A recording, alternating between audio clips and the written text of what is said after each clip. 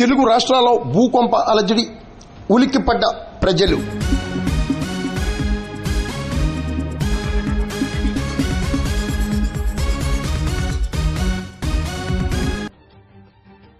ఉభయ తెలుగు రాష్ట్రాల్లో భూకంప అలజడి ఏర్పడింది.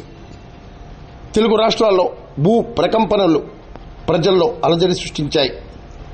ఆంధ్ర, తెలంగాణ ప్రాంతంలో పలు ప్రాంతాల్లో భూకంప అలజడి ఏర్పడగా ఇళ్ల నుండి ప్రజలు బయటకు పరుగులెట్టారు.